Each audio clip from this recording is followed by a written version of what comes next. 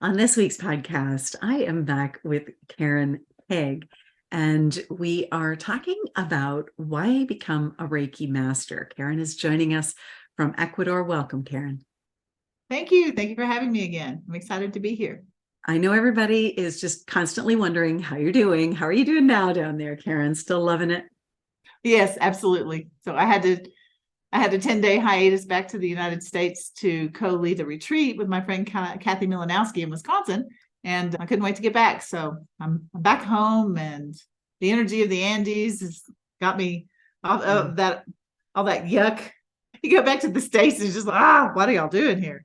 Ecuador has its own problems, but the energy here is great. So I'm doing great. Thanks.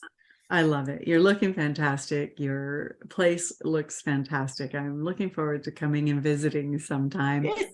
And you know something, Karen, I've had a few questions from people asking if they could come to Ecuador for a class with you. And I think the answer is yes. Could you elaborate? Yes. Yeah. So I haven't formally planned any in-person classes yet, but actually tomorrow I am taking a taxi to Quito to pick up a student for a Reiki Master class, and she's going to stay here with me. And yeah, that just happened. She had planned a mission trip to Africa. I had her in, I think, Animal Reiki 1 and 2, and she was talking about how that trip was canceled. She said, and I already got my passport and I got off work, and I half jokingly said, well, you should just come visit me. And by golly, she is. So that's a possibility. Yeah. So I'm looking for places because there is interest. It's such a beautiful area. Mm-hmm. And yeah, I may be doing some in-person classes here. Let me know if you're interested. Just reach out and say, hey, I would like to come to Ecuador to learn Reiki Master. That's what I was thinking. And they would just have to have their passport, and we could go to some sacred sites around here. And yeah. Do they have to apply for a visa, Karen? No, if you are coming from Canada or the United States, you can come on a tourist visa. So you just show up. That's one of the advantages of having an American passport. Yeah, I love it. I love it. So yeah, so reach out if you're thinking you'd like to go and study in person with Karen. And of course, you have online classes as well. What have you got coming up, Karen? In July, I'm focusing on Animal Reiki, and I've got Animal Reiki 1 and 2 on July, I think 15th. Let me see. Yeah, 15th and 16th. And then I've got Animal Reiki Master during the week, the 18th, 19th, and 20th on a Tuesday, Wednesday, Thursday. So I'll try to change it up to accommodate people's differing schedules. So yeah, exactly. Wonderful. And then in August, I've got Karuna and regular Reiki 1 and 2 and Master. So just check out my website. So all 10 days. Yeah. And your website is going to be in the podcast notes. And just for those of you listening, if you would like to visit us in Campobello, get out with the whales, we have Animal Reiki classes, regular Reiki classes, so level 1 and 2 and Masters. The Animal Reiki Masters is a little different. It's the evenings. So if you do come, that's 4 evenings, and you could spend all day hiking and checking out the island, and we'll spend the evenings in class. So that's going to be interesting and fun. And then there's also Animal Reiki classes, level 1 and 2 and Masters again in September. And in all of those classes, the regular Reiki and the Animal Reiki in July, as well as the Animal Reiki in September, we will be getting out with the whales. So although sometimes we don't need to, sometimes they come to class. We see them right in the window as we're right in the living room window. They're right there. Our very first class, they were so excited that they stayed with us all day. I don't expect a repeat performance of that, but they do tend to show up for a little bit, not every day, but many days they do. But we also will get out on the water and show you the Old Sow whirlpool, the second largest tidal whirlpool in the world. And we haven't seen puffins yet, but we have seen a shark fin. We've seen lots of whales, lots of seals, some porpoises, and even one dolphin. So yay! Yeah. It should be interesting. The whale watching tour guide, he said, there are dolphins out there, but you won't see one. And then probably 30 minutes later, we said, what's that? And he went, oh. A dolphin. A dolphin. Those of you those classes are all online and in person. Online, I'm sorry, we can't take you whale watching. We would love to. I don't know how to figure that out, but you're welcome to join us. And then in October, I have a full range of classes online and in person here at the farm. So if you want to visit with horses, come here, and for the whales, join us this summer. I also wanted to take a minute and mention the International Reiki Retreat that's happening in Sedona, Arizona. I do believe there are not many, but still a few spots available. And that retreat is going to be both online and in person.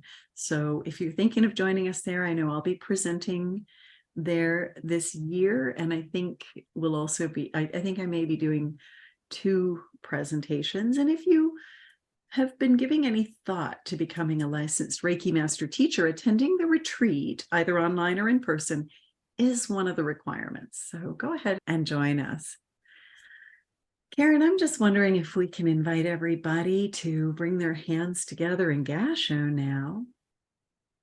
And we're just going to do an invocation to bring Reiki in as we listen today to why become a Reiki Master.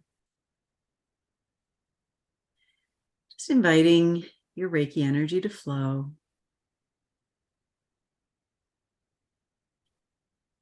And today we ask the energy, please guide me and heal me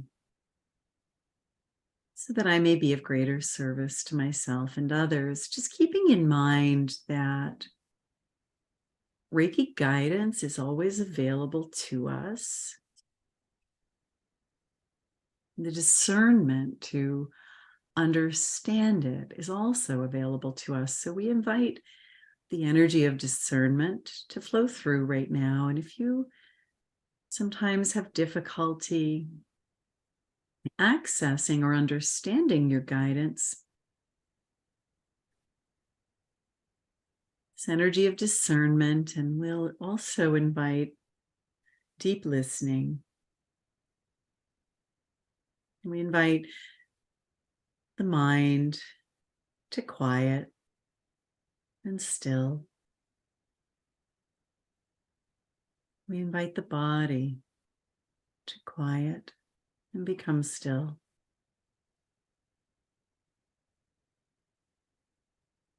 The emotions, the heart,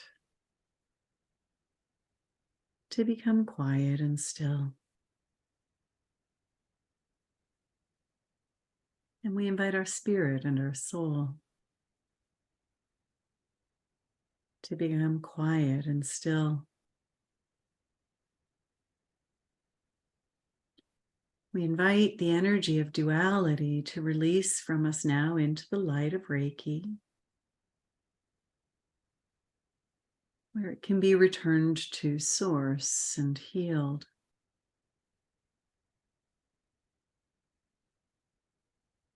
And in the stillness and the absence of duality,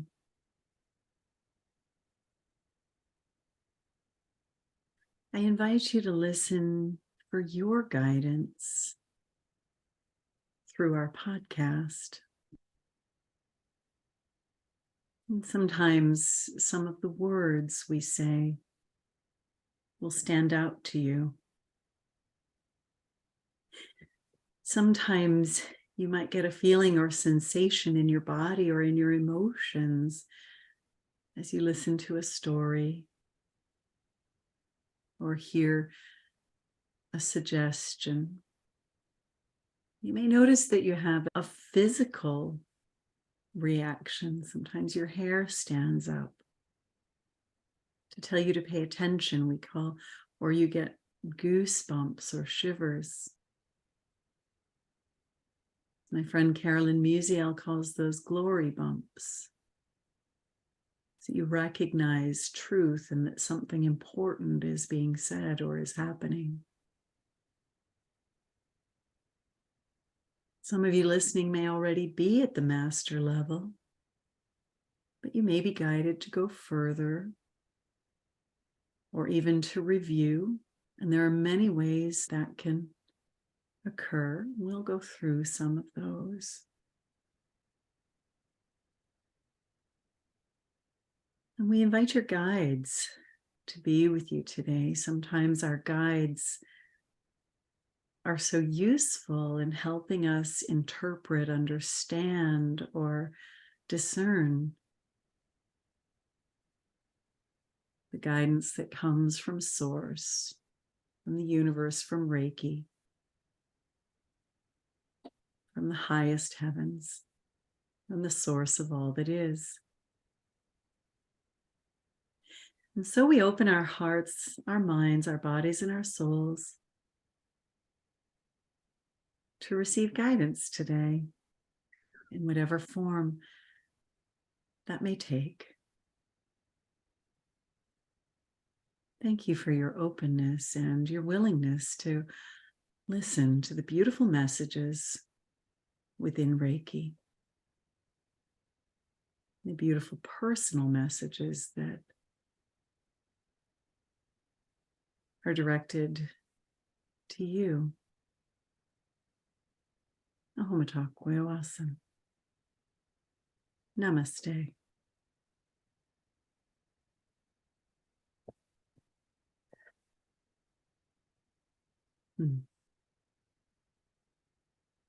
Oof, Karen, my life has been so busy lately. It takes me a minute to come back. That was really nice. Everybody needs, we don't take that much time for ourselves. So I think it's beautiful that you start your podcast with that. Oh, thank you. Grounding invocation. And I was, asking for Reiki to let me be a clear and open channel for any messages that anybody needs to receive. And I love talking with you. This is a really important topic. It is. When you suggested it, I thought, yes. What does this mean about becoming a Reiki master? What does that mean? Of course, we talk about it in master class a little. Sometimes people would like to have access to that discussion before going into master class. I don't know about you, Karen, but I actually, when it was time to become a Reiki master, I really resisted it for a while. And I struggled with questions of worthiness. And I don't even know if I realized it. And some of you have heard this story before, but I'm going to bring it out again, that when I met William Rand, I mispronounced my own name 3 times. I was so nervous. And in my job, I was used to meeting famous people and things like that and politicians, and it didn't bother me, but I was so nervous to meet William. And I explained to him, I'm sorry, Mr. Rand. He said, it's William. And I said, I don't know why I did that. I was just so nervous. I'm just so nervous to meet you. And he said, why are you nervous? And without even thinking, with what I call that empathic honesty, which I used to call pathological honesty because I couldn't control it. But that empathic honesty, the way that we just blurt out what it is or what we're thinking without really always censoring it or thinking it through. I said, because Reiki masters are wonderful and amazing people, and I'm not. I'm just me. Did anything like that come up for you when you were going through your journey? Yeah, I think I struggled a little bit with imposter syndrome. Part of, because when you think about master, to become a master, I had done my master's degree in English, and I felt like an imposter in that as well. But it was a lot about, okay, it was also stemming from unworthiness. Okay, I've got to get the degree so that people know that I do know what I'm talking about. Because I was young. I think I started teaching college when I was 26. Oh my! I was barely older than my students. You were teaching your peers. But I was very driven, and all of that came from that unworthiness. So I did have that same struggle, and I wanted to do the master. I guess I handled it in a different way. It took me about a year after I'd finished Reiki 2, and Reiki nudged me. It just so happened that I was taking a group of students abroad, and I was going to be in England when that master class was. And I thought, maybe this is time to go ahead and do the master. But it was because I felt like I needed to learn more, because I was unworthy, and like I needed validation for myself. Yeah. So it was just the beginning of the journey. So I think that the reason I started the master was to assuage my guilt over maybe I'm not good enough, but I'll go do the master, and then I'll have a Reiki master, and then I'll be then I'll have that certificate, and then surely I'll be good enough by then. And but it's just the beginning. It's just the It's beginning. just the beginning. And that's a really good point. That's the different thing about becoming a master with Reiki does not mean you have mastered Reiki. It means you're allowing Reiki to master you. And I think that's the biggest difference. I remember we all went away, and in the class, our master class, it's very detailed, it's very involved. And each new topic that, because I studied in England and as well with William Rand, and each new topic he would teach us, we'd go away and we would still have more to heal. And we expected, hey, we're at the master level, we must be getting pretty close to being perfect by now. Yeah, it's like, come We on, all master, got come on, annoyed, master, and we went back and said, William, when are we done? When are we done? When are we perfect? When are we a master? We expected angels to sing and we would be enlightened and or perfect in some way, or like complete, like there's nothing left to heal. And he just laughed, chuckled, and said, you're never done. But he was really clear that the process of becoming enlightened is such a beautiful process. Why would you ever want it to end? And the fact that there's always room for more connection with source, the potential is infinite. And it's the ego that wants enlightenment to be an end point rather than a process so that it can claim the accomplishment, not the ego, the unhealed ego. And so that's been a really big part of my understanding. And Karen, I was getting a nudge from Reiki to move on. And the only reason I even did, because I didn't want the responsibility of teaching people. I thought I was never going to teach people. I wanted to teach children and horses and other animals. That was it, not grown-up people. And of course, flying home, that healed that reluctance or resistance to teaching people healed in me. And according to Tracy Sullivan, whom I've done a podcast with on human design that recently came out, I have, I think, 11 markers of working with people. Like, people are my thing in my human design. What's that? Yeah. That's what you came here to do. That's what I came here to do. That's my life purpose. And yet I had some trauma and some injuries in there that were getting in the way, that made me think that I just didn't want to have anything to do with people. I just wanted to work with animals for a while. And for a while, it's what I did when I first learned Reiki. And it was about a year for me as well, from when I did my Reiki 2 to when I did my master's, a little bit more, maybe 13 months. But yeah, I actually said to the Reiki energy, it was going, you need to do your master's, you need to help these horses. And I was resisting it. Because I didn't want the responsibility of teaching. And it's so weird because teaching is my favorite thing now. Yeah. I love teaching. I love everything about it. And to think that's what I didn't want to do. So one of the things I always tell my students, and it's okay to study at the master level just for yourself and not teach. You have to teach. Right. No, but I thought you did. I didn't realize that. A lot of people do. They think, oh, I don't want to get Reiki Master because I don't want to teach. There are other things that, like techniques that you learn that would help in your Reiki practice, and experiences that help you heal on a deeper level. And the teaching is only one part of Reiki Master. You don't have to, but probably a lot of people will be like you. When you get that light and you start healing, and then you get your little candle lit, you want to ignite other people. That's it. You want to ignite other people. You want to share it. You want to share it with the people in your life, with animals, and our definition with the ICRT, I noticed in our manual that our definition of a Reiki master is actually somebody who is trained to teach and has taught at least one person. And I know that other lineages have like master healers or a level 3, where you have access to the master symbol but haven't been taught how to teach. But our definition of master is you've taught at least one person. I often wondered, could that mean one animal too? But actually, no, it's one person. because I think you did Usui Tibetan Reiki and then Holy Fire Reiki Master, right? I did. And a lot of the Usui Tibetan master class was learning how to give those attunements, which was this long, complicated process. And so one thing I love about the Holy Fire Reiki Master is that we don't have to teach all those steps and practice all those steps.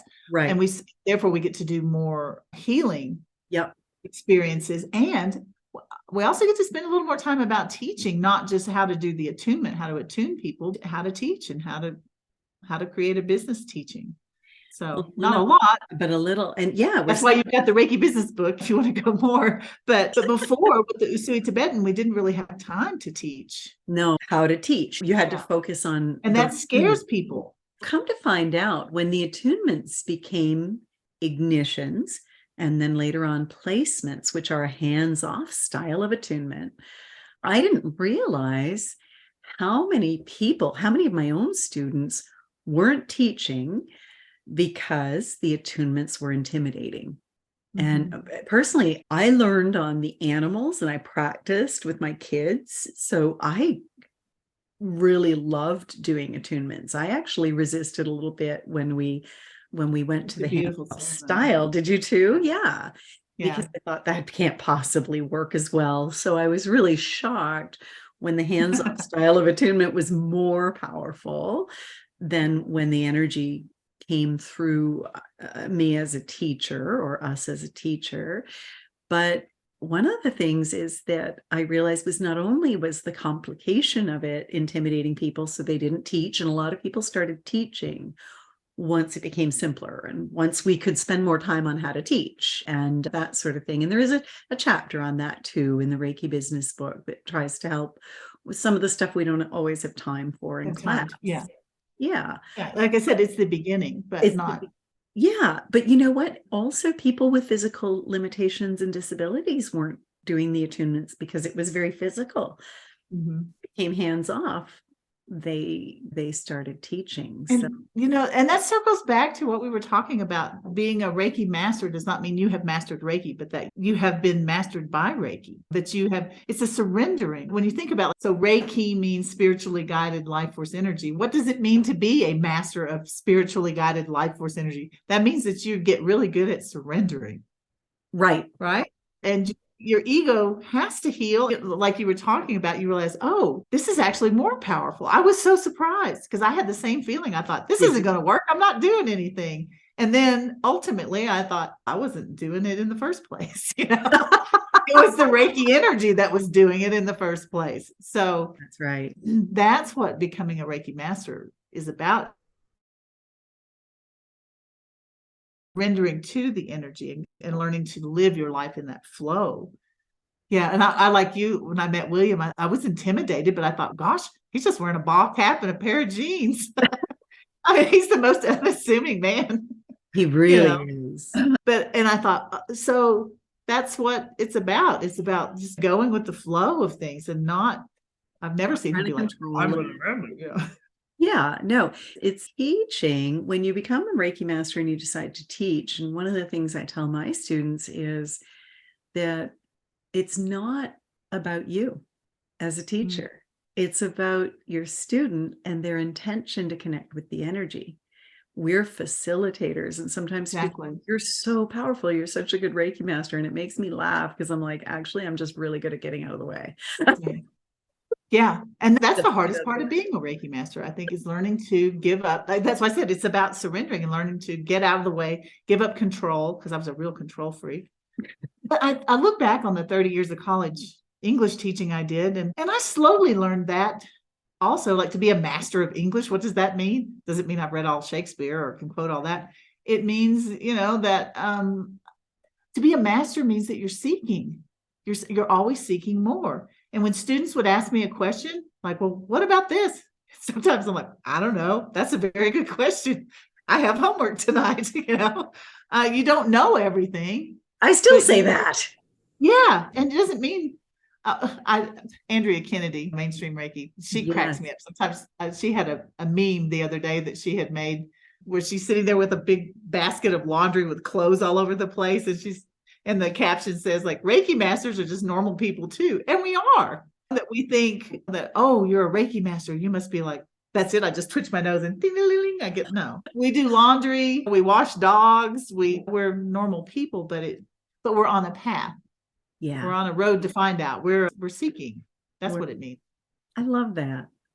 Let's go back to talk for a minute about what inspired you to become a Reiki master. For me, I know it was my guidance. My guidance was like, do this. And it even guided me toward William's class. Although I didn't have any money at the time, I was very stuck in that mentality of lack and that mentality where I believed in the poverty mentality. And I really also literally and physically did not have money. I was in a tremendous amount of debt, and I thought there's no way I can financially afford that. But the money showed up as soon as I did Reiki, released that barrier and started working on that lack mentality that I was coming from. The money showed up. I was able to pay full price for the course. I was able to get there. It all worked out. And I really feel that was because I just followed that guidance that Reiki can provide for us, and it can look after the details. What made you decide to go at the master level? I think as soon as I did Reiki 1 and 2, everything started shifting. And I think I knew in the back of my mind I would like to be a Reiki master, but I wasn't sure. Like you, I was a single mom, teacher, didn't have a lot of money. Yeah. And it just, the big nudge, it was like a buried little seed. Oh, someday maybe I'll be able to be a Reiki master for that year. So I would say when we make people wait 6 months between level Reiki 1 and 2 and master for a good reason, because that energy, you may not be aware of it until you get to a point in your life and you look back and you go, that's where it all started to change right there. It's clearing you out. It's working on things. And then I had that little hope, that little seed of maybe someday I'll be able to be a Reiki master. I don't know how. It was like $1,000. I was like, I don't know how I'm going to come up with $1,000. And let alone, I remember opening up the Reiki News and seeing that, get your attunement in Stonehenge. And I was just like, oh, that would be so wonderful. But I didn't ever dream I could do that. But things just unfolded. So we just happened to, I could travel with students as the chaperone. If I had 6 students, I could go for free. So I went to England for free. When you said that Reiki will take care of the details, it does. Yeah. But so I guess I'm speaking to people who are listening. If you have this little secret hope, inkling of a desire that I think I would like to be a Reiki master, I'm not sure if I'm good enough or how I would do it or how it's going to work out. If you've got that, this is your sign.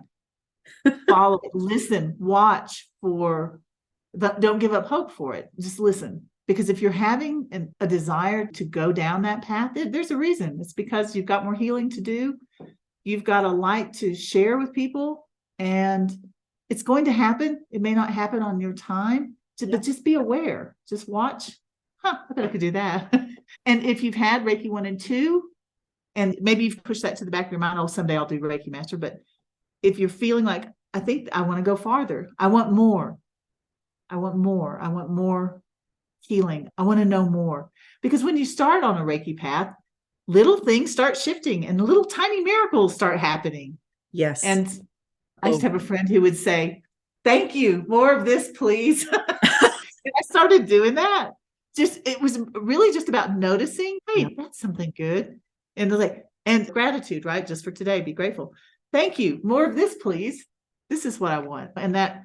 And I even felt unworthy to ask that at first, but after a while, I'm like, shoot, they keep giving me stuff. Okay. This must be the way. I'm going to keep going down this path then. Thank you. More of this, please. I love it. As I was flying home and realized, wait a minute, people are animals and I love animals, therefore I must love people. And the truth of that washed over me. And I immediately knew I wanted to teach, because I had been contemplating, gosh, how do I keep this lineage away from people? Because through the ICRT, studying with William, our lineage is very closely aligned with Yusui Sensei. We're only a few degrees removed.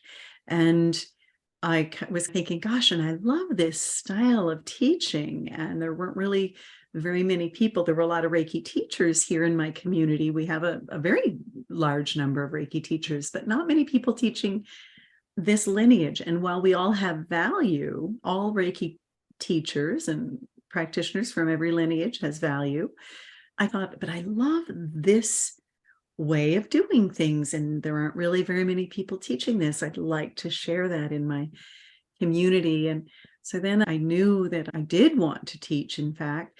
And Karen, my reason for teaching wasn't financial at all. It was about sharing this gift and help and giving people this opportunity and so on.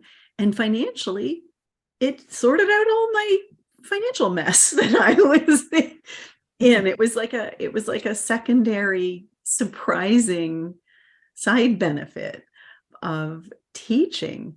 And I'm sure you had some surprises come through when you started teaching. Oh, yeah. And and no, money was not my motivator there. It was, no, you know what? I have to credit Deborah Thompson in Little Rock, Arkansas, because she literally said to me, because I'm like, my mother had cancer. I really wasn't wanting to teach at the moment. I was trying to take care of my mom and everything. And she called me and she said, girl, she said, you have what I need. I need you to teach me a class. And she said, I'll come up there, because she was about an hour, away. And yeah, Deborah got me teaching. And if people start asking you, could you teach me how to do Reiki? Or maybe you're just doing sessions, and then you realize that you're doing a lot of sessions on somebody, and you realize that you could teach them to do self Reiki, and it would help them, so they don't have to come to you twice a month. So if somebody's saying, do you know someone who can teach me this? Can you teach me this? Or if you have a Deborah Thompson who says, girl, you have what I need you to teach me. That may be your nudge. And that's when the universe saying that you're ready. Saying it's time for you to do it. And you step into it. Like I said, it's, for me, being a Reiki master, I have gotten very good at surrendering. I always prided myself on being really stubborn, and I can just push through this. And that's the complete opposite. I have spent 50 years of my life being the antithesis of a Reiki master. I'm going to do this. And being a Reiki master is more about, okay, it's listening and go, I think I'll go over here. Like, I still have trouble doing Tai Chi, but it's life energy flow. It really is that. It's like, okay, I'm going to go over here. Ecuador? Okay. I'm going to move to Ecuador. Feels like weird how that worked out. It's about surrendering and listening. So yeah. So if you're getting little messages, listen and stop fighting against it. And like Pam, you're here to work with people. Yeah, apparently. I was fighting it. And Reiki just said, we all do. Let's get rid of that. You're meant to work with people. Apparently 11 is an extremely high number. Of markers about working with people. I don't know how that all works, but Tracy the most said I have in one area is 6. Yeah. Okay. So 11 is a lot. Yeah. It's a lot. Karen, one thing I noticed that people do get a little mixed up about is the different master classes that we offer. And I know we've talked about this in another podcast, but our listeners might not have heard it, or might not have, maybe it didn't sink in, but we have 3 different Reiki master classes that a lot of licensed teachers and a lot of teachers offer. Let's talk for a minute about that. We have our Usui Holy Fire 3 World Peace Reiki Master class. We have our Holy Fire 3 World Peace Karuna Reiki Master class. And a lot of times people get those 2 classes mixed up. And we also have our ICRT Animal Reiki Master training. So let's just talk a little bit about the difference. Yeah. Those. How would you describe that? I tell people, so the first step is the Usui Holy Fire 3 World Peace Reiki Master. And that's such a mouthful, but it is a mouthful. That the Holy Fire has evolved to bring in this energy of world peace. Yeah. And my journey has been connected to that Holy Fire journey, because I resisted doing Holy Fire at first. I didn't want to change, but then I did that. And then I can go back to every point of my life where there was a big shift, and it was when the energy was shifting. And I think that we're shifting, that there's this unlimited life force energy, and we are evolving to the point where we can hold a higher vibration of it. I'm not trying to say it's better or anything, but it's different. So that's our basis. Mhm. That's the foundation for us, is to be Usui Holy Fire 3 Reiki Master, World Peace Reiki Master. And And then in our after lineage, we have to have been at the level 2 from any lineage. any other Doesn't matter lineage. the lineage, but you have to have studied level 2 at least 6 months previously in order to study at the master level. Any Usui based, which most of them are. Usui based. Yeah, Usui based lineage. But yeah, there's so many different, I didn't know there were even different kinds, but you do have the Jikiden Reiki, you have You do, yeah, that's correct. You do have Reiki, you have all Angel love. Reiki. Yeah, you have all love and Dragon Reiki. Yep. There's a lot of Rainbow Reiki. That's really huge. Rainbow Reiki. With Yeah. Dr. Lubeck. So it is, that's right. You need to have studied Usui level 2 from any lineage, but at least Right, as long as you have those 3 symbols that most everybody learns. Yeah. So that's good. And then you take that master level, and that is going to give you, when people say, so what's the difference? Like, so that foundation is you're going to get techniques that are going to help you clear negative energies. You're going to get techniques to heal specific issues that people might have, and you're going to learn how to teach, and you're going to heal yourself a lot. Yeah. And then you get access to more energy. There's a lot of energy at the master level. A lot level. more energy. You get access to the full range of the holy fire frequency. And there's also a Usui master frequency that you access as well. And those 2 symbols. And so that's going to take you to this higher, it's going to raise your vibration, and you're holding. So you're not just channeling the energy like a practitioner, you're holding this. Like Pam, you've said before, it changes your energetic blueprint just to get Reiki, and then to get that much more over 4 different ignitions. Like I said, and then I'll tell them, like, it's like you become like not just the straw, but you become like the candle. So you are able to hold this space to help others be ignited, if you will. So that's the math. That's like the basic. But then if you want to just one of the things I love about the master level is that you get a lot of techniques at the master level. You get a technique for spirit release, you get a technique for healing, a holy fire healing experience, and you get some other meditations that you can do, like with groups, for group healing. So I find it really expands your repertoire, if you will, of what you can then offer when you do move to the master level. Yeah, you can do it with groups. In fact, we did a holy fire experience at our retreat in Wisconsin. Nice. To be able to help, and it was really powerful for the entire group. You get a lot more if you are, even if you're just doing it for yourself and your friends and family, you get a lot of different techniques that you can use with them. Let's talk for just a minute, Karen, before we move on, just about the cost of the master program, because I remember being shocked to find out that Mrs. Takata, one of our founders of Reiki, or one of the people that the lady who brought it to North America and is really largely responsible for the spread of Reiki in the Western world. But she charged back, and she passed in 1980. So prior to the 1980s, she charged $10,000 at the master. There's still a lineage that charges $10,000. I have a friend who just did it in New Hampshire. I said, you paid $10,000? He said, yep.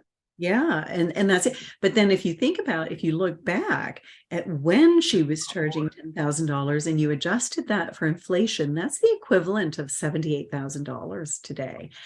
And I remember when we were talking about it, because with the ICRT, we charged $12.95 at the master level.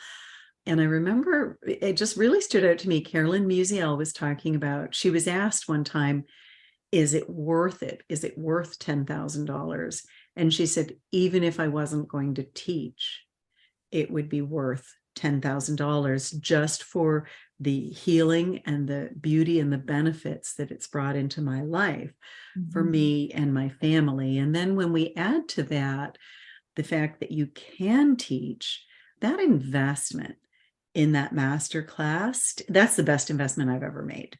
I figured out, and the universe provided the abundance that allowed me to take the master class like within 2 days of healing the block that I had.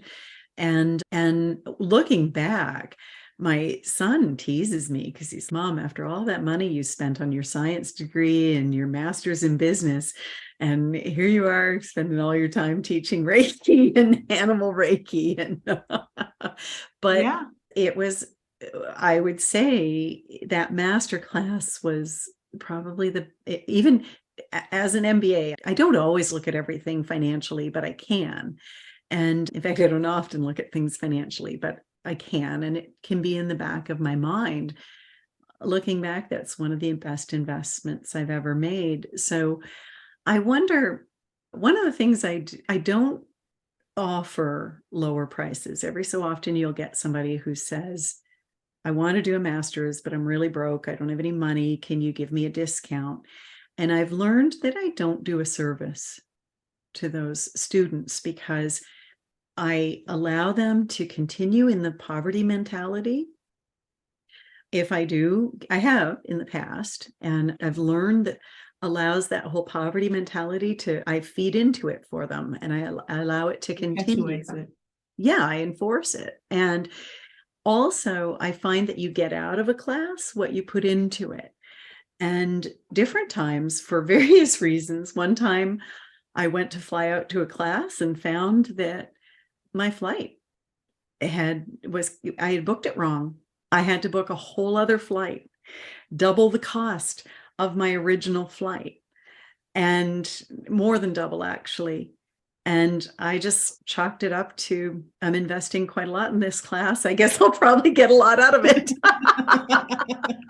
And in fact, that is what happened. Another time I had a flight canceled and I had to book another flight. And so the class cost me a lot more than what it would have, but I had to get there for the class. I didn't have to. I suppose I could have waited, but everything was already in place.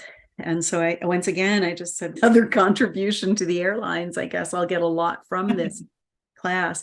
So one of the things I've done, because I don't offer discounts, is I have put together so that people can make like 4 monthly payments. And I notice that really helps people join the class. What do you do about that if people are struggling a bit? If people ask, I can work out a payment plan.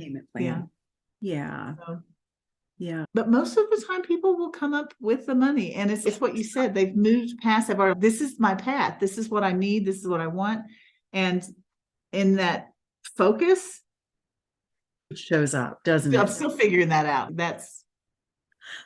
I share that, and I can't tell you how many students I've had who took level 1 and 2 with me, so they remember my story, and they just sign up on faith for my master class without a clue where the money's going to come from. And within the week of the class, it shows up, or often within the week of them signing up, it shows up, and they just laugh about it. We've had a similar experience. Yeah. It's not magical thinking. I mean, it's just. It has to do with your intention and just the strength of your intention. Oh, this is what I'm supposed to do. And I'm always tentative. Really? This is what I'm supposed to do? And I can move in that way. And apparently so. And just keep going. And it shows up. So that was, I had a lot to work through with the poverty mentality because I grew up in poverty. What I did too. And the funny thing is, looking back, I don't think I grew up in poverty so much. We weren't flush, but I grew up around people who had a poverty mentality.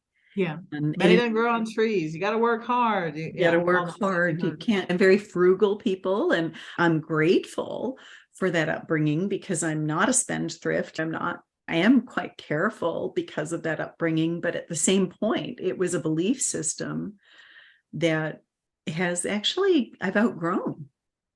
So all of this that we're talking about, that is what master class is about. It's about when we say, oh, you get healing, what does that mean? It means what we're talking about. It means that it starts to dissolve these limitations that you have put on yourself. Because in master class, we talk a lot about cultural conditioning, the authentic self. And master class is not just techniques. It's a lot about kind of what we're talking about. It's like, Mhm. if you're ready for it. And if you're not getting the money for it and it's just not working out, you're not ready for it. Yeah, you might not be. And you might want to postpone to the next class or something. Yeah. But that's what it's about. When you know, I want to do this, it's because you're ready to shed some of that stuff. Yeah. And it shows up. It It works shows out up. every time. Now, a lot of people, Karen, do get confused between Master and Karuna Reiki Master. So how would you explain that difference?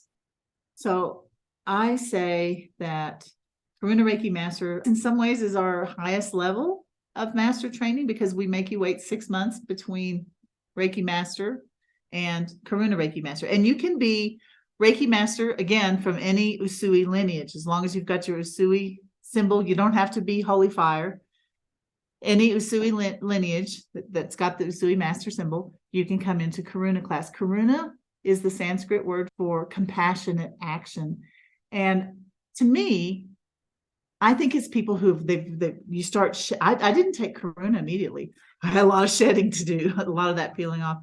And then you can be more compassionate and you are ready to take more action. And so in that Karuna level class, if you're coming from a non-Holy Fire lineage, you're going to learn about the Holy Fire and you're going to get ignited to the Holy Fire energy frequency.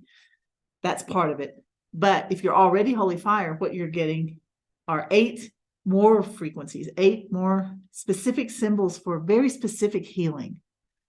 And it seems to fill the gaps of the things that we weren't able, or that I found would be difficult to overcome with Usui Reiki. It seems like I noticed a pattern over time as a Usui Reiki Master practitioner, that there would be certain conditions that we'd really struggle with, and we'd take a long time and we wouldn't make as much progress. And the Karuna symbols came in and just went woof. Yeah, it's to me, it feels more like a more feminine energy. I don't know. A lot of people say that. But to me, it feels more feminine, creative. And it helped me a lot with sexual abuse issues. Mm-hmm. That's one of them that I found with clients. We would struggle with those issues with Usui Reiki, and it would help some, but there was so much. And I found Karuna just really helped with that. So it really helped me with manifestation more, grounding, healing. I think for me, what really blew the doors off of ancestral healing for me was the World Peace Reiki. Really did something there, but it started with the Karuna. Working through ancestral issues, DNA, epigenetics. And there was something when you were talking about the evolvement, and we were talking about the evolvement to world peace and so on. I've talked with Colleen Benelli about it, and I really love this explanation. We say, wait a minute, if you're not familiar with Holy Fire, you might say, wait, why does it keep changing? And the thing is that William Rand was very aware that the Holy Fire energy was going to continue to develop and evolve. From the moment it came in, it was clear that was part of what was going to happen. But the way Colleen puts it is, it's not actually the energy that evolves, it's our ability to receive it. So basically, as we work with the Holy Fire and Usui energies, and then some of us work with the advanced Reiki Master energy, the Karuna energies as well, as we continue to work at that level, we expand what we're able to hold or contain or receive. And as we expand, then there's always more energy available to us. So that evolvement, that development, I think I loved that explanation for it. Yeah. And this segues into that. What's the difference then with the animal Reiki Master? Because that energy started coming in at the same time as the Holy Fire, and came over more and more. When people say, what's the animal master about? I'm like, it's about it's almost as if the Holy Fire is taking us like, woo, I feel like I'm like vibrating way up here. And the animal Reiki energy, thank goodness, is very grounding. And I feel like it was like the Karuna and all those high frequencies and the Holy Fire. And I've just been like up here, and it feels like the animal Reiki energy came in and connected. So I feel like I'm up here and down here. Yeah. I feel like a more connected channel of energy. And the Connected to animal the Reiki masters, I'll go ahead. no, just saying, so you're connected to the heavenly divine energies and connected to the earthly divine energies. And that's really a big part of that energy, is it's very grounding. And I noticed about animal Reiki energy, I thought I was pretty comfortable living on the earth, but having done that class, I became so much more comfortable living on the earth. I was not comfortable living on the earth. You were not comfortable. I thought I was. It was a little bit of a surprise when I became more comfortable and I realized, wow, I wasn't as comfortable here as I thought. It made me appreciate, I think maybe when I was a little girl, maybe I did, but I pulled because of childhood, just crap. You just pull in. And then I think that the Reiki energy helped me go, oh, and then I was like, oh, good. I could get up above this, because the world is a painful place. Joseph Campbell said, it's a beautiful opera, but it hurts. And it does. And so I was on this journey of, oh yeah. And I felt like, oh, I'm like peeling off and rising. But the animal Reiki energy reminded me, like, you came here to live on the earth. Yeah. And it helped me find the beauty again. And it helped awaken my senses again and helped me connect to the earth and the earth energy again. It's not, I'm living in a third world country where there was a lady walking a pig down the road the other day. I'm like, those babies are going to probably be like on somebody's plate. What I'm saying is I'm living closer to the earth. And I don't think I could have done that before, because I'd have been like, oh, it's too much. It's too much. But people here live close to the earth.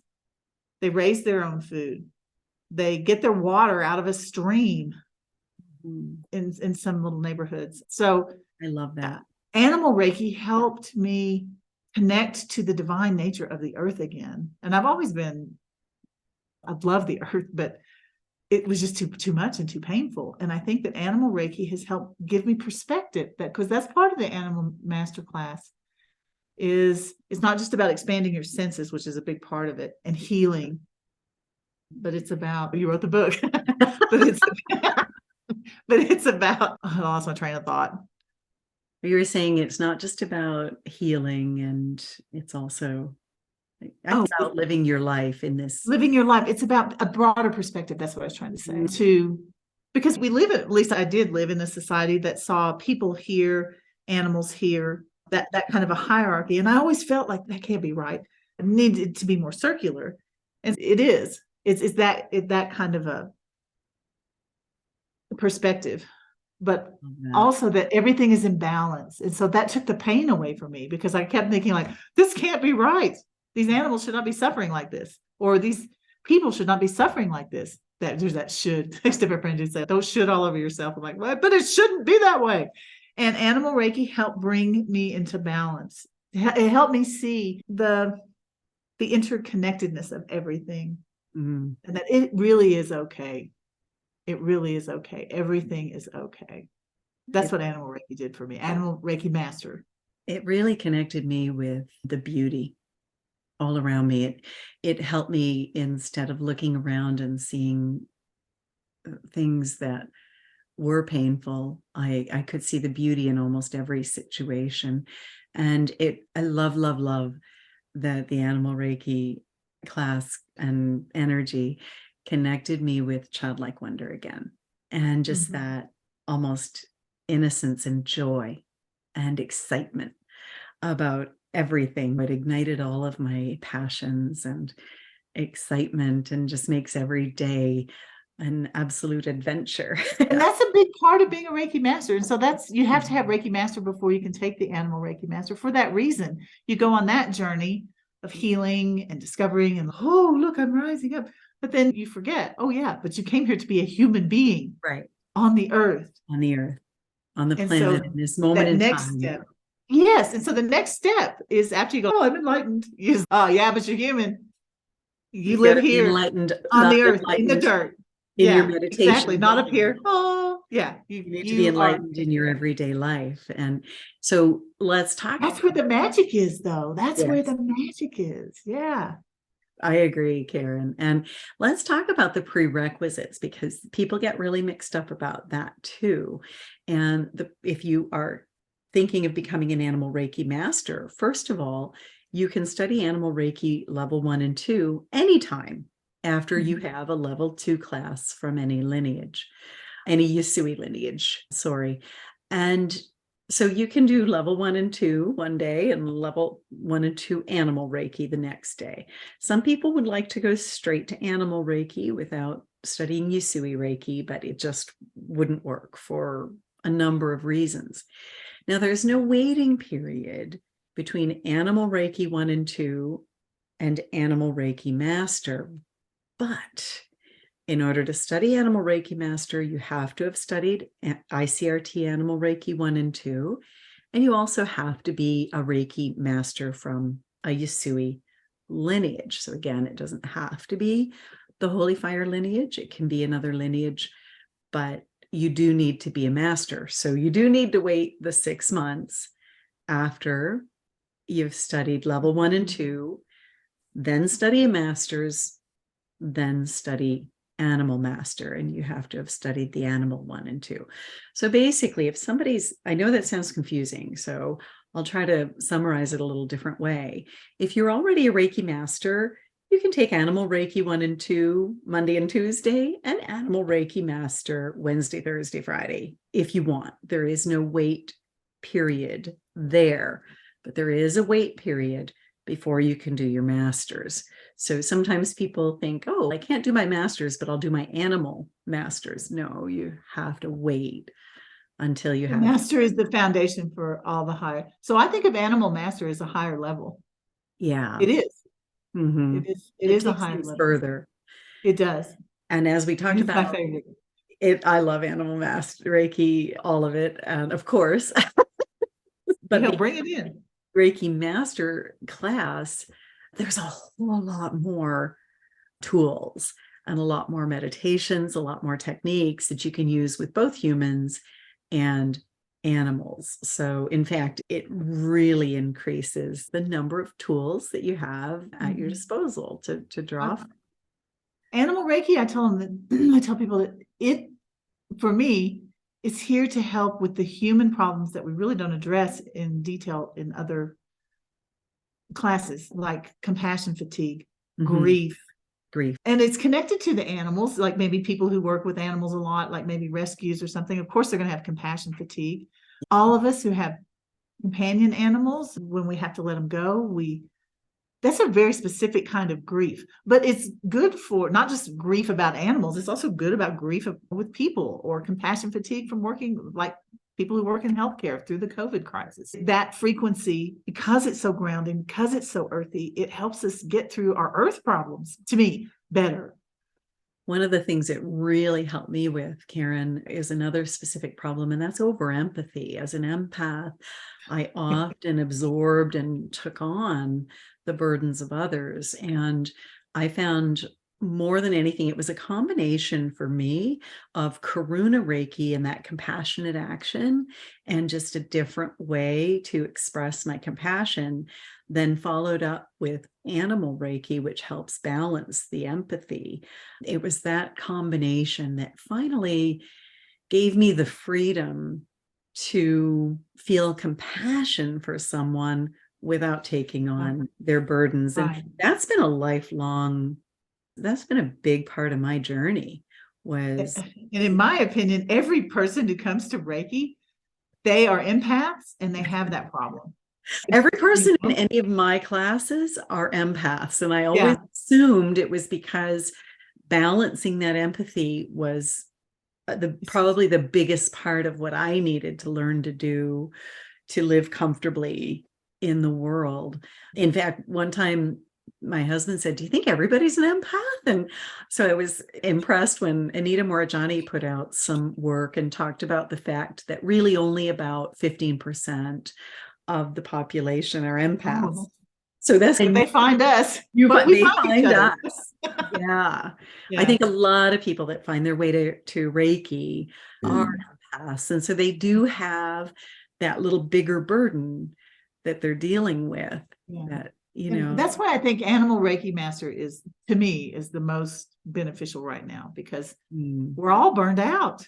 We all need to learn how to, because we can't do our work. We can't be that channel of open, loving energy when you're just like, I just can't. You just sit in the corner and sob. That's not helping anybody. And so I think that we all need that learning to balance. Every time I've done that healing compassion fatigue experience from the Animal Reiki, people they'll come back and they say, I didn't even know I was hanging on to that. I didn't even know I was feeling that pressure so much. I didn't know I was tired. I didn't even know I was that tired. I didn't know that was bothering me so much. It's a big experience. And one of my favorites is the rest, receive, and replenish in the Tree of Life, with accelerated rest for if we've been carrying the worries of the world. You don't always realize how much they weigh until they're gone. And that really helps. I guess all of the master classes have to do with healing and shedding and letting go of stuff so that you can shine brighter and grow. But each one is a little bit different. Yeah. And what it helps you release. Growth too, aren't they, Karen? Yeah. Now let's talk for a minute about somebody who maybe is already a Reiki master. And I remember I get a kick out of this. My husband said to me, he decided to attend my Karuna Reiki Master class. I waited 2 years after becoming a master before I went back for Karuna. And I remember thinking, life doesn't get any better than this. Life had just improved so vastly.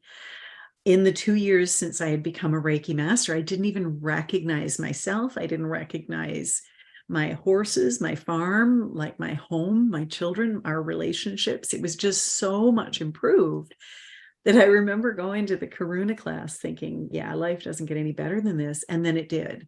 So I knew when Holy Fire came along, I said, I didn't think life could get any better, but it did. And each time Holy Fire upgraded, I've approached it the same way. That's great. Sign me up. I didn't know it could get better than this, but let's see. And so my husband said, wait, I'm already a master. Why would I need to go further? Why would I need Karuna? And I remember saying, you don't need it, but some people are guided to it and want to go further in their mastery or as a Reiki master. And he chuckles at that now because he loved the Karuna class. He says he barely even uses his Usui symbols anymore because he loves the Karuna ones so much. He calls them in every day and he adores Karuna. And he says, I can't believe I ever thought about not doing that. In addition to, if you're at the master level, you can go further as a Karuna Reiki master. You can also go further as an animal Reiki master. But I also find there's other ways to go further. There's 3 things, in fact. You can review classes. You might decide maybe you're an affiliate member of the Reiki Membership Association, or maybe you're not even a part of the Reiki Membership Association. Some people decide to review their Reiki classes with a licensed teacher like you or I, Karen. And when they do that, they can become a professional member of the Reiki Membership Association if they choose to. And there's a lot of benefits to being both an affiliate member and a professional member. But I've noticed Reiki works with people differently as a professional member. And then some people are even guided to go on and become a licensed teacher. Let's talk a little bit about those 3 steps. So first, just reviewing classes. I don't know about you, but every time I review a class, even if I review a level 1 and 2 class, and I've taught it 200 times, I shift. My vibration raises. I always learn something, and also how I teach. It also impacts how I teach. And so I love reviewing classes. It's one of my favorite things to raise my vibration, to keep things moving. What have you noticed? Yeah, that's the same. It's because you're not the same person. When you review a class, you are not the same person you were when you took it the first time. Right. So I did my master's thesis in reader response critical theory, and we talked about that your life, we were talking about shedding. You shed stuff off, and when you've got all this other stuff on, it's like a cloak, and there are whole paragraphs. I'm like, that I don't even remember that being in the book. And I know I read it, but you weren't seeing it, you weren't hearing it. It wasn't time for you to hear that. You hadn't shed enough yet. And so you really are not the same person taking the class again, and you have a completely different experience. Yeah. Even if it's the same teacher. Yeah. Because, and also the dynamic of the class changes with whoever's in the class with you. Yeah. It's the little things where somebody says, hey, have you guys read this book? When I said listen, it might just be that you have put yourself in in a place of opportunity to hear something new, to, no, I haven't seen that film. No, I haven't read that book. Or they ask a question. Meet somebody in class, ask a question. Somebody asks a question and you go like, oh, yeah. So it's always a different experience. And that's why part of becoming a licensed teacher is we have to go back and review all the classes again. Like Forrest Gump. So I went and took Reiki 1 and 2 again. And it's a different experience. I agree. And I'm a person that some teachers will offer a discount if you want to come back and review. I know it's something I do for my students because I just want to encourage them to review. It's such a powerful experience. But I'm looking at it, and I think I've paid full price every time I've reviewed, and it was worth it. Yeah. And again, I go back to, I know that I'm going to get out of it what I put into it. So it doesn't bother me to do that. Then at the master level, I encourage, especially when my students get ready to teach. Do the level 1 and 2 again. Do level 1 and 2 again, because you're learning the first time you took it. But if you take it again, then, well, that's interesting how Karen answered that question. Or, how would I have done that? Or, You're looking at it from a teacher perspective rather than a student. I like how she does that. I'm going to do this a little differently. Yeah. Right. I don't think that would work for me. I don't have that kind of personality, but you pick up stuff like, did we do that last time? I don't remember. I've had students ask me that. Did you do that last time? I'm like, I think I did. Oh, I know I did. I'll never forget. I had a student once who was about to teach. So she came and reviewed level 1 and 2. And then she went to go and she was preparing to teach. And she sent me a panic message. Did you know there's Japanese techniques? And I said, yeah. She said, you didn't teach us those. I said, yeah, I did. Both times. Both times. She was healing. And she was healing so much, she just missed it. And that's okay. There's nothing wrong with that. But it's, Yeah, absolutely. And I would tell my literature students, I'd say, take the book that you read 10 years ago and read it again. It's not the same book because you are not the same reader. I love that. And so then let's talk about some people that are listening who might think, I'm already at the master level and I've maybe studied all the master classes that I want to study. But I'm thinking I'd like to become a professional member of the ICRT Reiki Membership Association. Let's talk a little bit about what the Reiki Membership Association is and some of the things that it does. And then I've noticed a pretty big shift when people make that decision to become a professional member. We'll talk about that too. So do you want to explain a little bit about what the ICRT Reiki Membership Association is and some of its advantages? I'm so grateful for it because I lived in Central Arkansas where nobody even knew what Reiki was. And the clients and the students, Deborah Thompson that I mentioned in Little Rock, she found me through the Reiki Membership Association. I didn't have a website. I was a full-time college professor. And so if you are a Reiki Membership Association, you have benefits like you get to use the logo on a business card. If you don't have a website, you get, which shows you have a professional affiliation. And it just looks a little bit more. Yeah, because it means you follow standards and guidelines. You agree to follow the code of ethics and the standards of practice. Exactly. So it shows that a commitment to professionalism. And they don't have a link to your website, but they'll put your email address. And that's how people found me. Wow. And I went and took Reiki 1 and 2 again because I took it from not an LRMT, just a professional member. And then I took Master with William, and he said, if you want to be a professional member of the Reiki Membership Association, you will have to take Reiki 1 and 2 again. I'm like, but I just took Reiki Master from you. You wrote the book. I said the same thing. I took Reiki Master 4 times from William, and I still wasn't a professional member. I had to go back and do level 1 and 2 to become a professional member. But I wanted to be that. Okay, the main reason I wanted to be the professional member is because that means that you've taken all your classes from a licensed teacher. But for me, it meant when I went to the Reiki.org and I clicked Arkansas and I clicked affiliate, there was not a big long list because it's Arkansas, but there was a list of people, affiliate members, but the professional members, there were only like 4. Right. If I were a professional member, then there's a shorter list, and because I'm really competitive, right? So I was like, I want to be on a professional member list. And so that's what I did. And that's how I met Karen Harrison. And my Reiki 1 and 2 teacher was great, but I learned different stuff.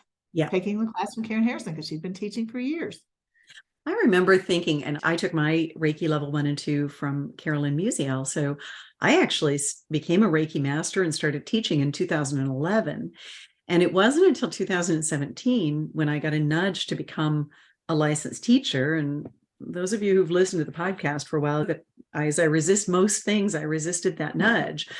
But I wasn't qualified to become a licensed teacher, even though I'd been teaching for 6 years and had a very successful practice, because I wasn't a professional member of the Reiki Membership Association. And one of the requirements to moving on to becoming a licensed teacher is you have to have been a professional, have taught for at least 2 years, and you have to have been in a certain number of students, and I had those, but you had to have been a professional member for at least a year, and I hadn't been.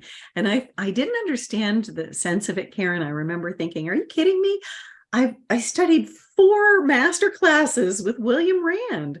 Why? How? And I teach level 1 and 2 classes, and people love the classes. How is that going to change anything, taking level 1 and 2 from a licensed teacher? Karen, it changed everything. That class with Carolyn Musial it healed so much. I learned so much. I completely changed the way that I taught, even though I was very happy with how I taught. It was so complete. But not only that, I think when you form an intention, you can be an affiliate member of the Reiki Membership Association from any Yusui lineage.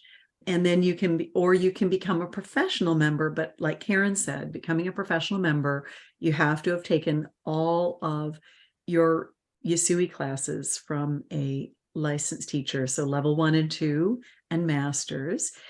And there's something about it when you become a professional member, the energy starts working with you differently, more professionally is the only way that I can put it. I found as soon as I became a professional member, my classes grew, the quality and caliber of my students became higher. It just changed everything. What did you notice? Yeah, I think I was always, but I didn't start teaching until I went immediately and took for professional member.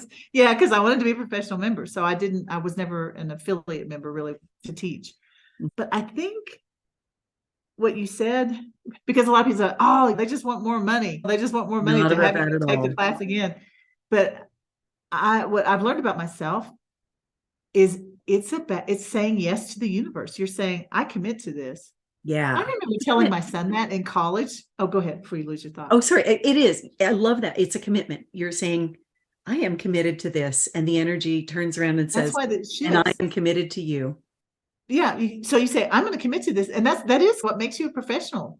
It means just like any professional. That means if you're an English professor, that means you pay to go to conferences. But I remember my son struggling through his engineering classes, and he's like, ah. And I said, part of this, son, is just showing that you've got the tenacity to make it through a 4-year degree. Sometimes he said, because I know this stuff or whatever, but why do I have to do it this way? Blah, blah, blah. And so sometimes it's just showing that you can follow directions. You can be a team player. You can do things the way. But I think it's more about that energy of I'm going to do this because I am a professional. I want to be a Reiki professional. And the reason it shifts is because the way you think about yourself shifts. Yeah. If you're going to shell out money to take 1 and 2 again, it's because you're taking the first step and I am good enough for me. I am good enough to do this. I'm a professional. I just remember being shocked at how my whole way of doing things shifted and my whole business shifted. And my business did shift when I joined. And you could say logically was because people could find you. Although in Canada, I didn't get as many people from the website, and it still shifted. Yeah, it still really shifted. And because of the way you think about yourself. Yeah, maybe. And I think Reiki responds to that intention. I am going to become a professional. I'm going to get a bit more serious about this. And it's a little bit, I say, and then Reiki takes you more seriously, but serious isn't the right word, because it's not like, oh, gee, I was having fun, now I have to get serious. You still have fun, and it's still very lighthearted. I'm not very serious. No, neither one of us are very serious, Karen. Why not? And I once had my Reiki guide, Archangel Michael, at the time. I remember him saying, "Oh, I love hanging out with you guys. You just laugh all the time." People in my classes.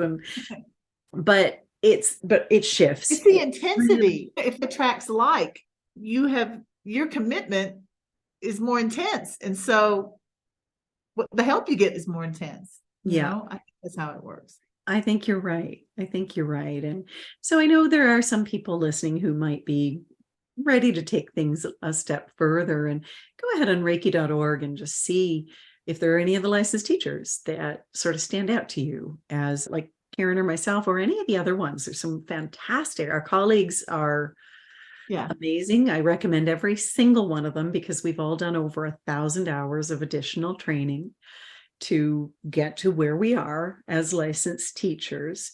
And it's a very, and I don't just say this because I'm an assistant director of the program, it's a very thought out design program that causes you to develop as a person, the LRMT program. And so maybe that's a natural segue to say, I have so much confidence in our colleagues, Karen, every single one of them. You can't go wrong with any of our licensed teachers.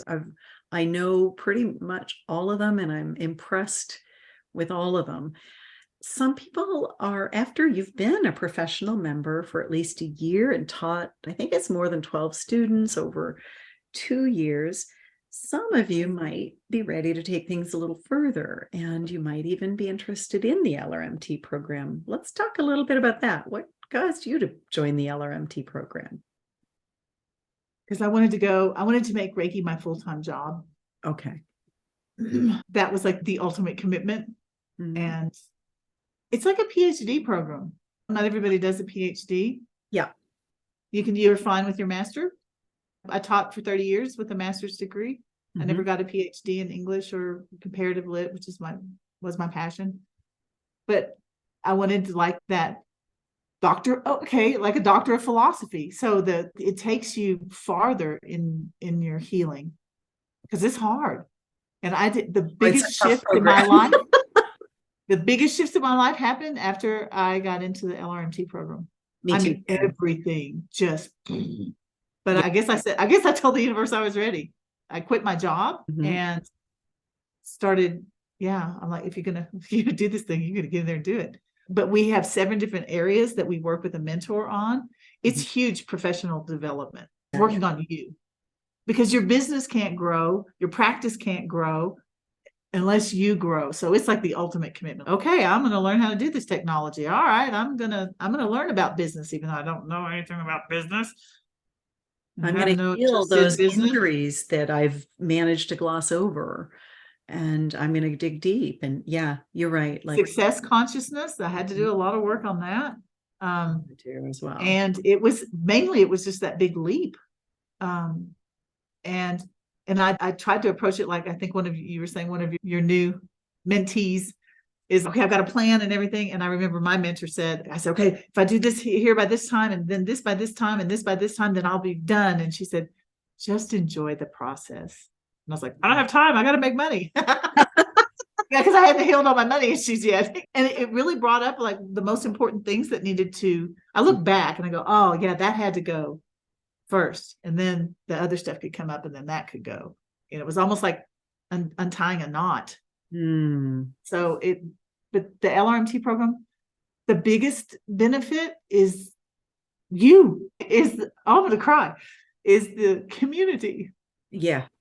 Actually, that's getting me a bit emotional too. The love and support of our colleagues for everything that we do.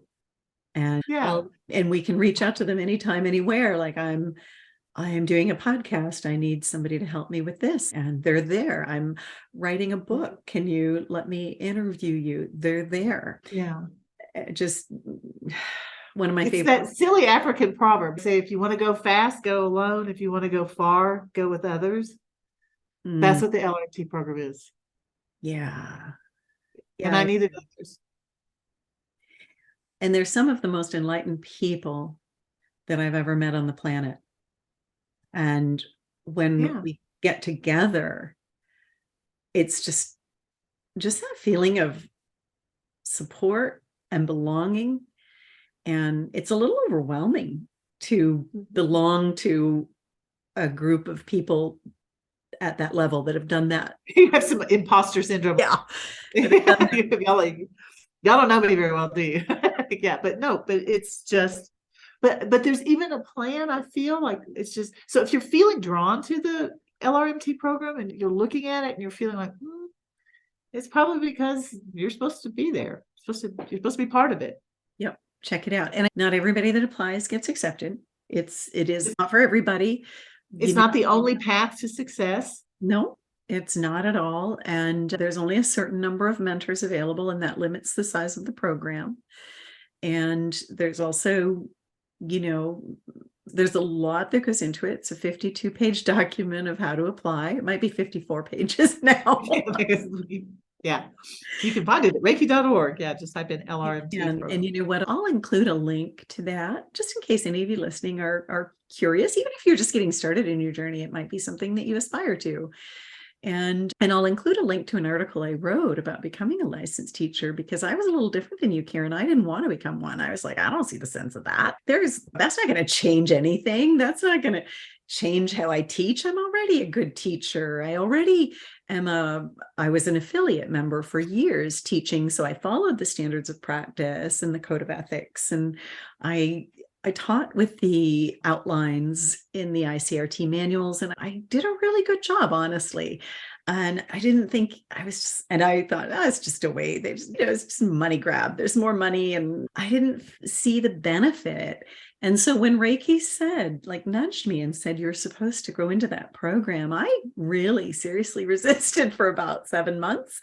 And before I even reached out and did anything about it, and then only to find out that although I was a very successful teacher, I wasn't qualified. I had to go become a professional member. I had to wait a year and then enter into the program. And looking back, it's right up there as one of the best things I've ever done in my life. It's with buying the farm, meeting my husband, having my kids, becoming a licensed teacher.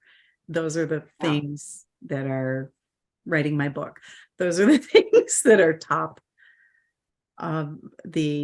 at the top of what has changed me and what has formed me, and just the confidence that I feel teaching. I don't know every answer to every question, but I know that with my colleagues, we'll figure it out. And sometimes we'll post we have a private Facebook group, and sometimes we'll post, hey, a student asked me this question. This is what I said. How would you guys have responded? Right. It's so nice I think the reason that there was such a huge shift in my life, I was just thinking about, I can't remember who said it, but they said that you become the 5 people you spend the most time with.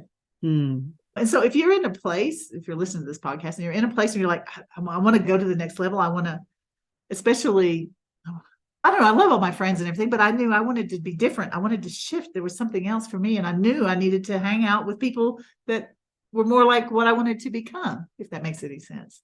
And the LRMT program for me was a way to go, can I hang out with y'all? Because I know that there's more to me. There's more to me. And I know that if I stay where I am, that's never going to be uncovered. So I needed to move to that next level, and it was scary as hell. Oops, I shouldn't say Oh, that. It was scary to move into, because I felt unworthy, blah, blah, blah, blah, blah. But I knew that I needed to take that step if I was going to get better and heal more and give more to more people. yeah. I knew that looking back, if I had realized that there isn't a large number, there's only 50 of us in the world I think there's 50 at the present moment in time. And we are expanding. There are students from other nationalities, other countries that are applying, and that's exciting. I know that I mentor now Henlock from Hong Kong and Ting from China. And it's really exciting to see our licensed teachers expanding into China and Asia. And Jill, we just got Lucy Jin from Korea. Yes, Jill Teal is going to mentor her from Korea. Colleen Benelli is mentoring Munikai and Lena in Japan. And She's Machado in Brazil. Yeah. So it's a worldwide community. It really is. And there are some people listening who from other countries. I know I'm always hopeful. We don't have any licensed teachers in the United Kingdom, in Australia. There's lots of places where it would be so lovely to France. It would be so lovely to expand into. And so I'm always hopeful that there are more people that are going to apply. Go ahead, Karen. Oh, no, go ahead. I was just going to say that's like just the tiered presentation of different levels of mastery. It is. And just going back a little bit, we often think that the title of mastery or Reiki Master holds a lot of responsibility.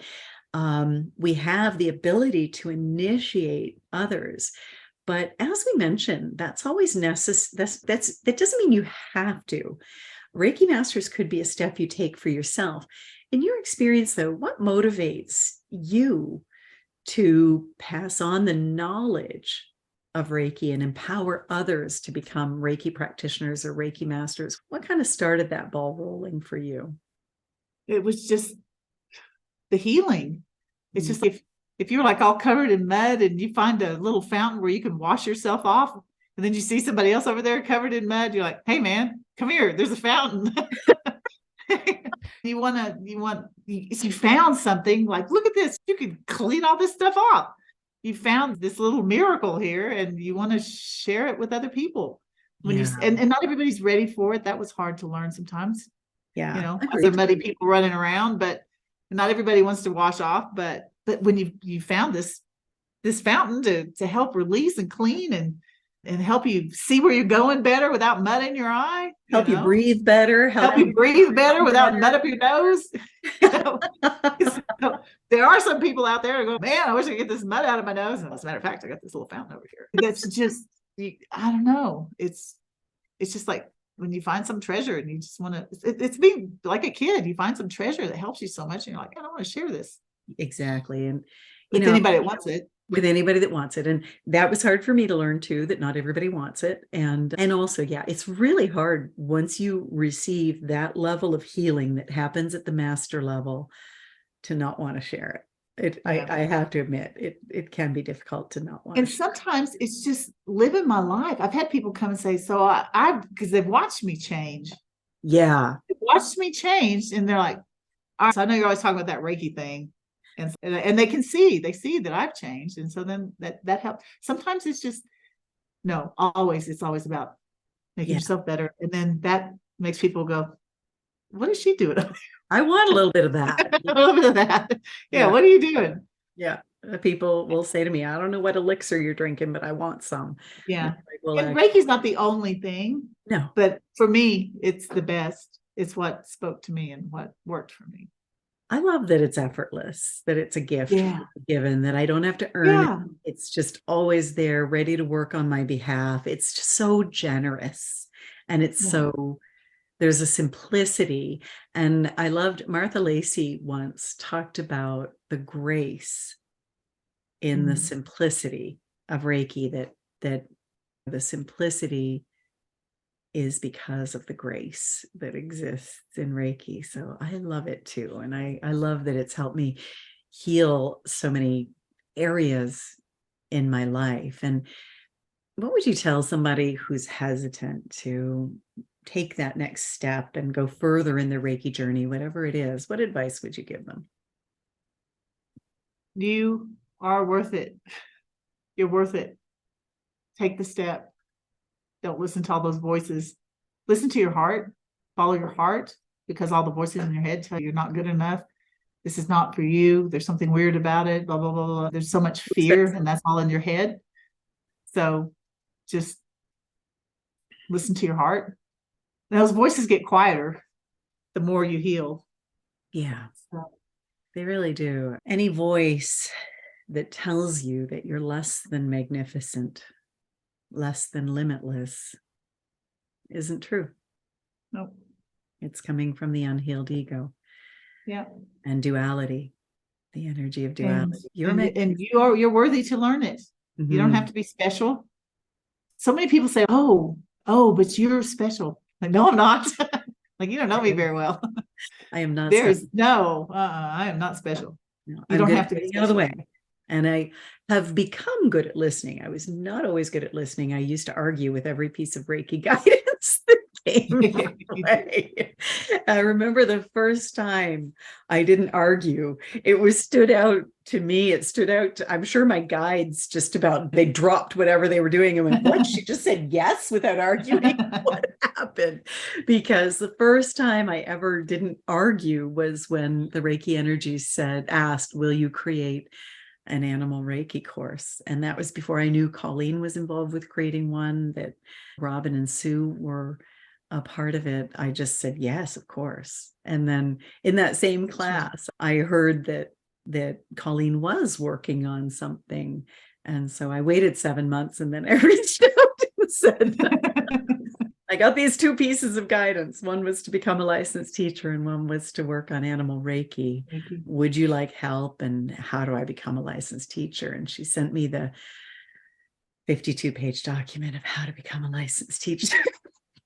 You got to really want that, don't you? You're like, I'll read this next week. And she looked at it and said, actually, you're not qualified. Let's look at getting you qualified to apply first. And you know what? At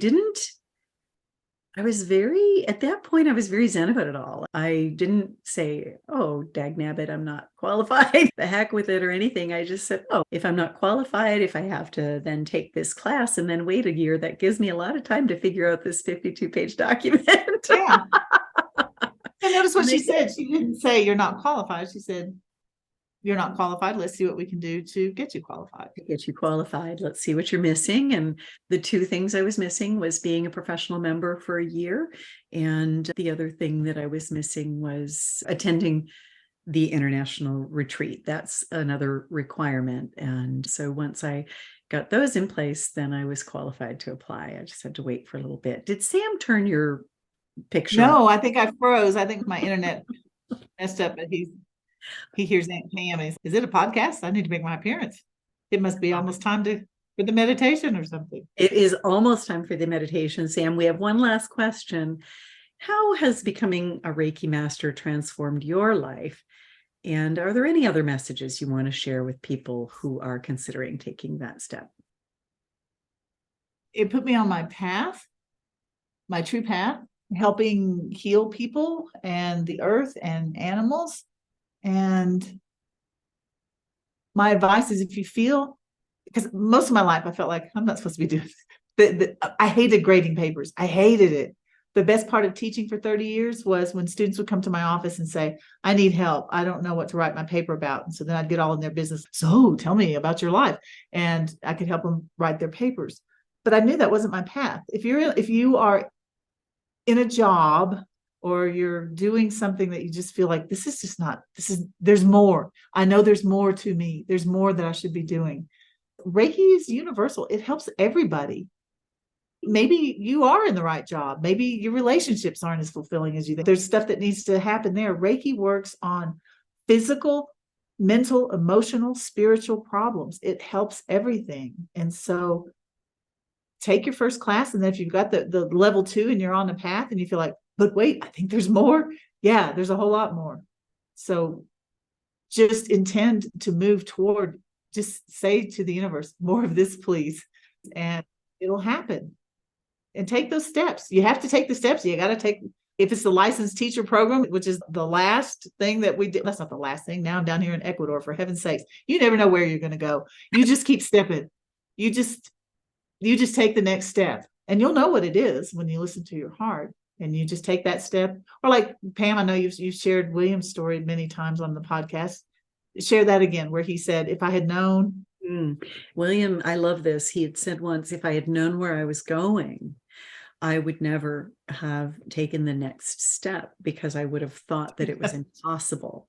And so I love that about the Reiki guidance. It's just take the next step and have a little faith in yourself, a little faith in the divine and in Reiki, and see where it's going to lead. Because me too, if I had known where I was going, I would have said, that's not possible. Like where I am now, the level of joy and peace and fulfillment and just professional pride that I have in my students, in my work, in what I do, I know that I'm making a difference on the earth every single day, every minute of the day almost. And that feels amazing to me. I remember in my 20s going through a Stephen Covey program and writing my mission statement. And my mission statement was to make a difference. I needed my life to, it didn't matter if I made money or not. It didn't matter.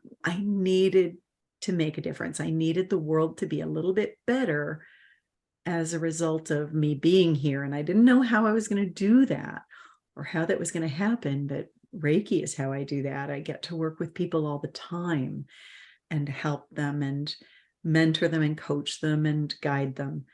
And it's not me doing the work. The Reiki does the work, but sometimes people can learn from my experiences, and it can inspire them maybe to take the next step. And William just says he didn't get overwhelmed by where he was going because he didn't know. And the fact is that when you're getting ready to take that next step in your journey, it's probably impossible for you to conceive of how positive your life can get from where you are right now. It's impossible to see where you're going. You wouldn't believe it, or you would think that it couldn't happen or something. So he always says he was so glad that he didn't know where he was going, and instead it was just revealed the next step at a time, because he never would have believed where he is right now. And we're also glad that he is. This licensed teacher program we've been talking about is it was created because when he got too many students to be able to teach them all, as a result of his taking his one step at a time, he wanted to refer the students to other teachers, but he thought to himself, how can I make sure that these other teachers are teaching at the same standard, that are holding themselves to the same standard that I'm holding myself to? And Reiki showed him that he could create this program. And that's what he did. Well, Karen, I'm just going to invite the listeners to join us in a meditation today. I know we talked quite a bit about this, and certainly both of our contact information is also in the podcast notes. If you have any questions, reach out to either of us, and we'd be happy to talk a little bit more about it. It's a subject that's near and dear, I think, to both of our hearts. I'd like to invite everybody to make themselves comfortable now. Sit or lie down and close your eyes and just allow yourself to relax completely. Feeling the tension melting away. Taking a deep breath, holding it for a moment, and then slowly exhaling. Placing your hands comfortably on your body, giving yourself Reiki. And just continue breathing mindfully, creating a rhythm that comforts and grounds you.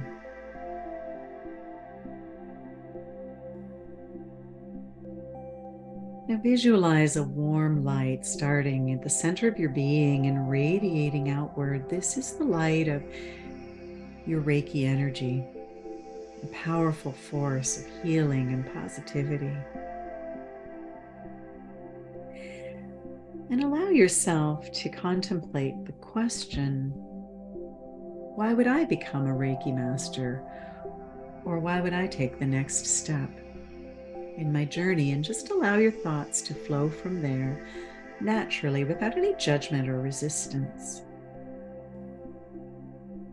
You might notice that it's calling you to deepen your personal healing journey. Maybe it's calling you to learn and grow and further empower yourself through this ancient wisdom and techniques of Reiki.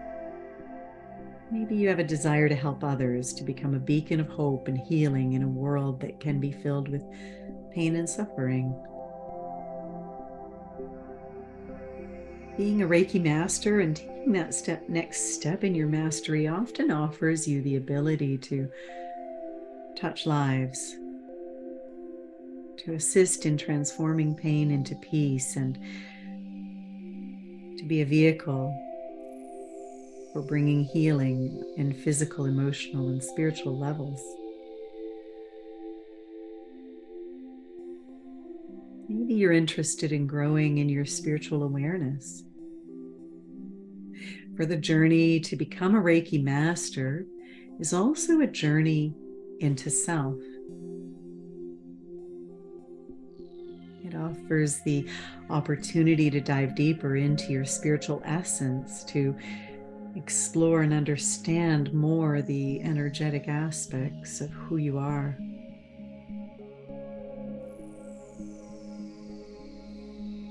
Just allow yourself to envision the potential of your expanded consciousness and the wisdom and peace that comes with connecting with the higher levels of Reiki energy, the attunement. Maybe you're feeling drawn to become part of a global community, a community that transcends borders, cultures, and religion.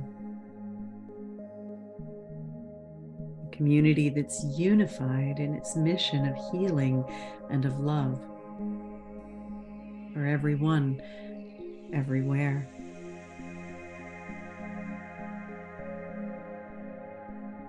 Whatever those reasons are, just let them swirl in the glowing light of your inner energy.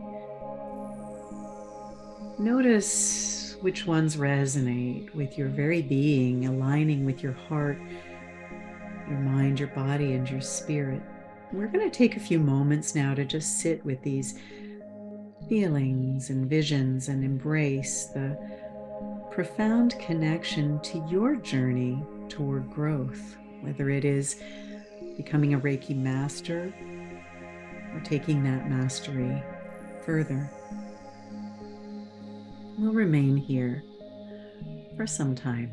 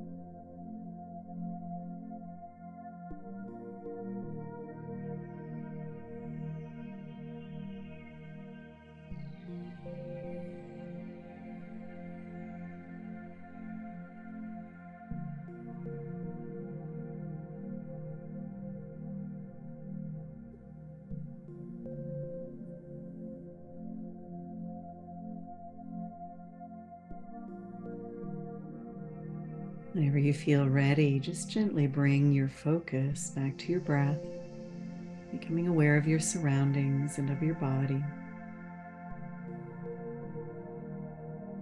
And as you open your eyes, hold on to the insights and feelings you experienced during our meditation. These are the seeds that Karen was talking about of your path to become a Reiki master or to take your mastery further. The seeds of a path of healing, of growth, and of profound love.